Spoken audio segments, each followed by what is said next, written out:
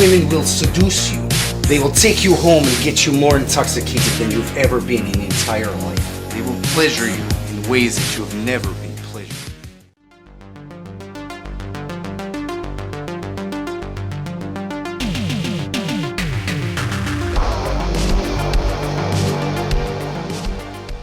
We are talking Girls Just Wanna Have Blood, also known as teenage blood-sucking bimbos.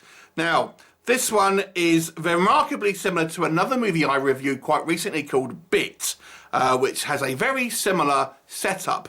Now, this particular movie is directed by Cantonese and tells the story of a teenage girl who comes from the wrong side of town. She is kind of white trash, as the kind of the saying goes, comes from a very poor background. The mother is an alcoholic.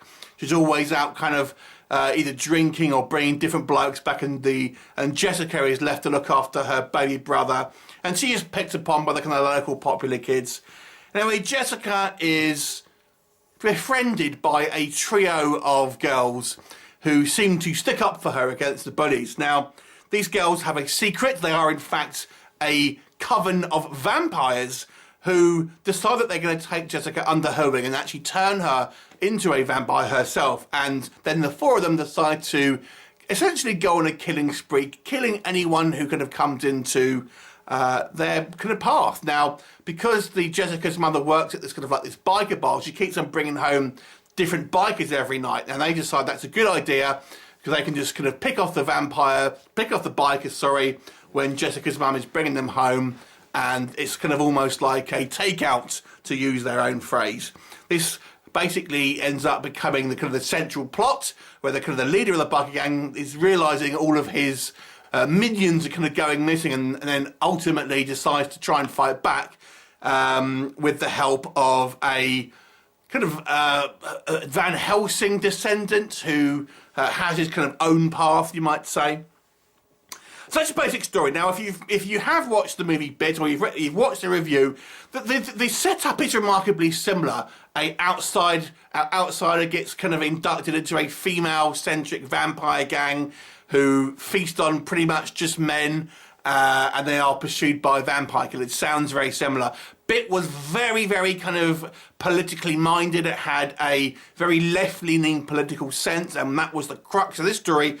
This one is almost a polar opposite, despite the fact that their setup is very similar. This one is an old-school, retro-style B-movie gore flick that has plenty of TNA. It's lots of kind of like sexploitation, sleazy images here that will appeal to B-movie horror fans who enjoyed the VHS rental days of the 80s.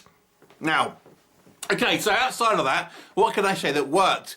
This movie does have a silly streak of fun. There are at times, in fact, I was reminded of the early works of Peter Jackson and other kind of like homemade gore-style films. The finale, where we have the big climactic fight between the vampires and the bikers, does have some, albeit cheap, but very kind of fun kind of gore effects with various organs being ripped out and things like that, to a kind of a comedic kind of standard, which was quite fun.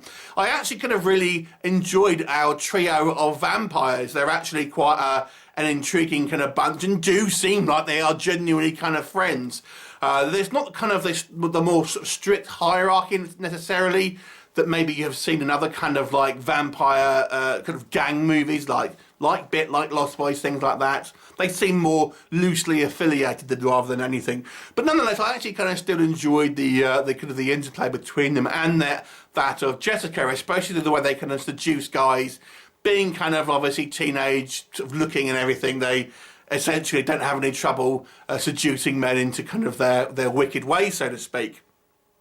The movie as well has this kind of playful sense of humour. For example, our Van Helsing character, one of the kind of the running gags here, he has this thick kind of Romanian accent and no one can really understand what he's saying, and ends up having to call vampires Draculas because no one can understand him saying vampire because he pronounces it vampires and things like this. So there are some kind of like some funny gags here through the movie, which I thought was kind of fun, and it does have some kind of throwbacks to kind of, as I say, especially the kind of the 80s kind of aesthetic. There's one scene, for example, where they watch an 80s vampire themed porn to try and get help on what to do with vampires, and there's all kind of like the distortion in the tape and things like that. Again, it's just kind of fun and has the that kind of 80s aesthetic.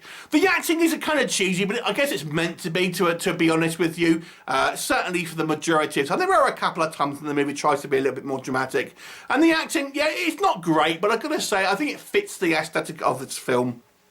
Although I did, like I said, I did actually genuinely enjoy our trio of vampires, and I've got to say our lead biker as well. He was actually kind of quite played to be quite a threatening guy and was quite good. And yeah, the movie generally is a relatively kind of fun movie. So what doesn't work? The movie's just a little bit too long.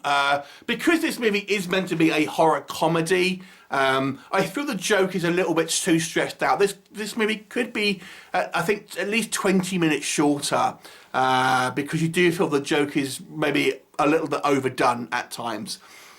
And to kind of go hand in hand with that, our kind of Van Helsing character, at the end of the day, doesn't actually do very much. Although I quite liked his inclusion and there are some good gags with him, he doesn't really have anything to do with the story, especially. So I felt that it could have been trimmed down to make certainly more of a punchy film. Now, as much as you kind of made sound like an 80s film fan's dream, I have to say the movie is extraordinarily low budget, and in every aspect you will see this. So unless you are a fan of movies that are kind of very low budget, are very kind of, homemade to a certain degree, grindhouse, whatever you want to call it, then this aesthetic may put you off, because none of the effects look realistic.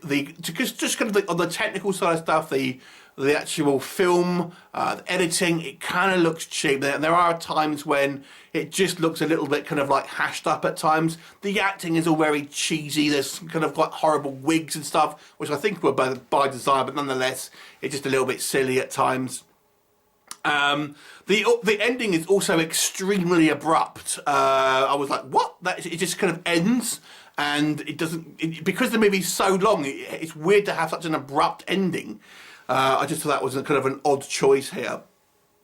And as I mentioned, going back to the kind of the gore effects, they are silly. Even the blood looks kind of like more kind of like caramel colour than kind of like actual blood and kind of stuff like that.